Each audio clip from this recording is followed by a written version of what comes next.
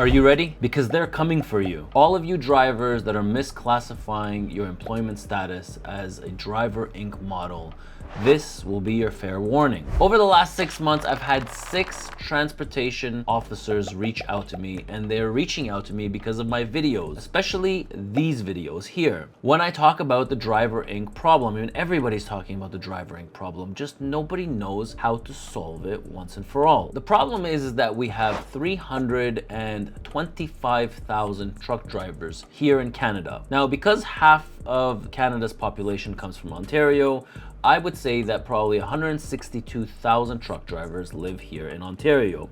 And I would probably say that 1/3 of them, so approximately 50,000 truck drivers, are misclassifying their employment status. How do I know this? Because literally 3 out of 4 drivers that are looking for a job that call here are looking to get hired on as a driver Inc. model. Now, there are a few misconceptions about this driver Inc. model, and I hate to read about it all the time. Number one biggest misconception is that the trucking company pushes drivers to work under a driver Inc. model. Quite the opposite is true, and I hate reading about it. And every time I read about it, it always talks about trucking companies forcing drivers to work under this driver Inc. model, but quite the opposite is true. It's always the driver that is pushing the trucking company. And I wish, you know what, maybe for my next video, I'll actually do some recordings from our HR department on how many people are looking for this driver Inc. model system. And if you don't pay them under this driver Inc. system, then they just won't work for you. That's the case here at ET, and I'm sure it's not just the case here at ET. It's literally every single trucking company here in the GTA is suffering from the exact same thing. But what I do know is that they're putting together a task force to work on this driver Inc. problem. I've been hearing about it for about 3 or 4 years, and maybe it inspired me to do this video, or maybe this last officer that reached out to me inspired me to do this video. I would want nothing more than for the MTO and the CRA to crack down on this. My life is 10 times harder because this driver Inc. model exists. And I'm sure that a lot of trucking companies voiced their opinion about this, that their lives are much harder because the competition and the fairness and the playing field between companies that are doing the right things versus companies that are doing the wrong things, the ones that are doing the wrong things are kind of getting compensated along the way. They are a lot more competitive when they go in and quote new projects, where we are at a very big disadvantage because we pay taxes, we pay payroll taxes and CPP and EI on drivers, truck drivers, where bad players in our industry are getting away. Not only are they getting away, they're a lot more competitive in our space because they are doing things the wrong way. Can you imagine if we had another 50,000 truck drivers paying into our taxes? What would that do to my taxes? I mean, my tax bracket right now, I literally pay 49% of my salary goes to taxes. So I personally, on a personal level, would want nothing more than 50,000 truck drivers to pay into the taxes, proper taxes like CPP, EU, and EI. And if they paid into it, then maybe my tax brackets would be a little bit lower, where I wouldn't have to pay so much taxes. Now, why do drivers do it, and why do trucking companies do it? Again, I'm not blaming everything on the drivers. There's a lot of bad players, which are the trucking companies that are hiring drivers under this driver Inc. model. And obviously the goal of this video is to try to explain to those that keep reaching out to me, or these MTO officers, or these law enforcement, how to finally crack down on driver Inc. models. So how does the driver Inc. model work? Well, it's very simple. You treat a company driver as if he is self-employed. It helps both the company and the driver, where the company doesn't pay their share of taxes to the driver, and the driver doesn't pay taxes until the end of the year. Now, in most cases that I am familiar with, a lot of the drivers get away with not paying their fair share of taxes at the end of the year, because if they work under their corporation, then they start expensing a lot of the things that a driver should not be able to expense. I mean, yes, you can expense a phone, and yes, you can expense, your meals and lodging if you're on payroll, and you would get a credit back. But when you're on the driver Inc. model, the driver doesn't pay until the end of the year and does not pay his fair share of the CPP, EU, and EI. And also he has the ability to pay himself whatever he wants and leave the rest of the money within the corporation. Okay, so a lot of expenses they can deduct within their corporation before they get paid, and there's a big difference between the money that he pays himself versus what he can leave in his corporation. Now multiply that by thousands of drivers that are doing this. Actually, it's tens of thousands of drivers that are doing this. Well, guess what? Canada is shit out of luck because a lot of people are not paying taxes, and that's why they constantly want to crack down on this. But why do they fail constantly? I mean, I've been hearing this and I've been reading articles about this literally for about 6 or 7 years now. Now, I did a video back in 2020. I did another video back in 2022, and now it's 2024, and I'm still hearing about this, and they haven't been able to crack down on it. So let me make your life even easier and help you crack down on this driver Inc. model, because my life will be 10 times easier if you crack down on it. So let's get a move and let's start cracking down on it. All right, so I made a list. I made a list of 8 things, and if you follow these 8 steps, you will crack down on driver Inc. So number 1, how do we stop this driver Inc. from continuing? CRA and MTO need to get their heads together, sit under one table, and understand that one cannot do it without the other. CRA cannot take this project on its own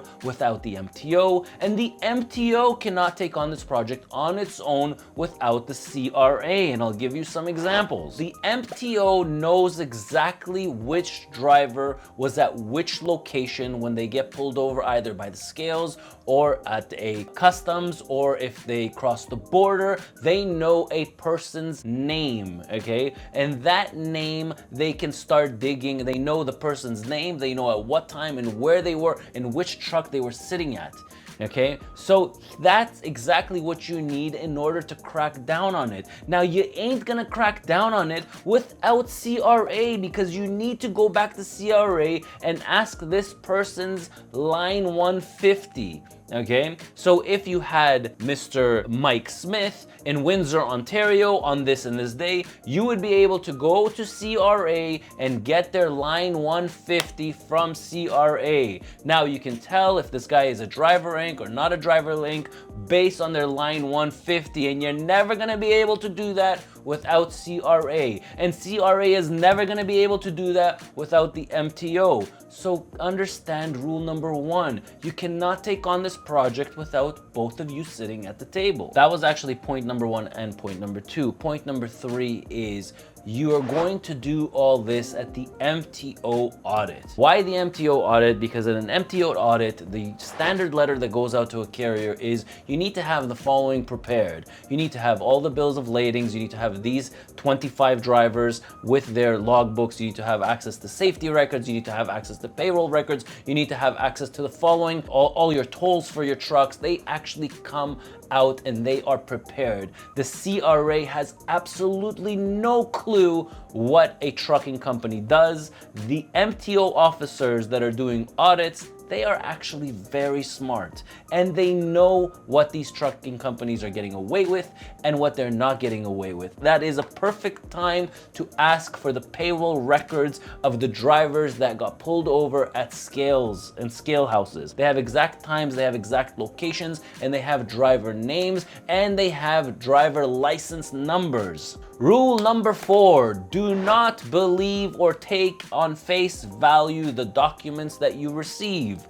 All documents can be altered. All documents can be falsified these days. With a click of a button, I can change any PDF file into a Word document, change a 0 to a 2, change a 2 to a 4, and do whatever you want with digits and numbers, okay? So do not believe every document that you see. Which means that if you're asking for the payroll records, make sure you are also asking for bank statements. Make sure you're looking at the transactions, okay? So you see who it's going out to, the outbound wires go to. It's very simple to bust this kind of operation. You just need to be properly guided to do it. All right, so you take those figures, you match it with the line 150. You need CRA because CRA is going to show you who gets paid how. So if there's a company driver and all of a sudden he's a truck driver and you're seeing that his line 150 is only $30,000, $40,000, but the transfers to the banks are much higher, there is a discrepancy, and most likely the payable is not to John Smith, it's going to 2277 Ontario Inc. or Canada Inc. Simple stuff. You need C and the MTO. Number 6, I would really appreciate it if you stop wasting my tax dollars and get your shit together, both the CRA and the MTO, and start cracking down on this, because I don't want to be here in 2026 doing another video on how to crack down on driver Inc. models. Number 7, when you are putting together a task force, okay, please include people within our industry, not just officers. You need owners of trucking companies that really want you to be successful, because the owners of trucking companies, large mega carriers, smaller carriers, very small carriers, they are going to teach you properly how to bust down on this. You just need to stumble upon the right people. And number 8, you can put CRA and you can put the MTO together at one location, coming up with all 7 rules. But if you don't follow rule number 8, and if you don't tighten down on your rules, you're not gonna get anywhere. People in Canada know that they can get away with almost anything. And rule number 8 is you need to get tougher with your rules, okay? You need to be able to pull plates off and have the legal right to pull plates off. Just like when an MTO officer does a level 3 inspection. Now, if those brakes are out of adjustments, he puts them out of service. And if those tire cords are showing, he puts them out of service. The same thing needs to happen here. The MTO officers need to be able to revoke plates for anybody who does not comply with this driver Inc. model.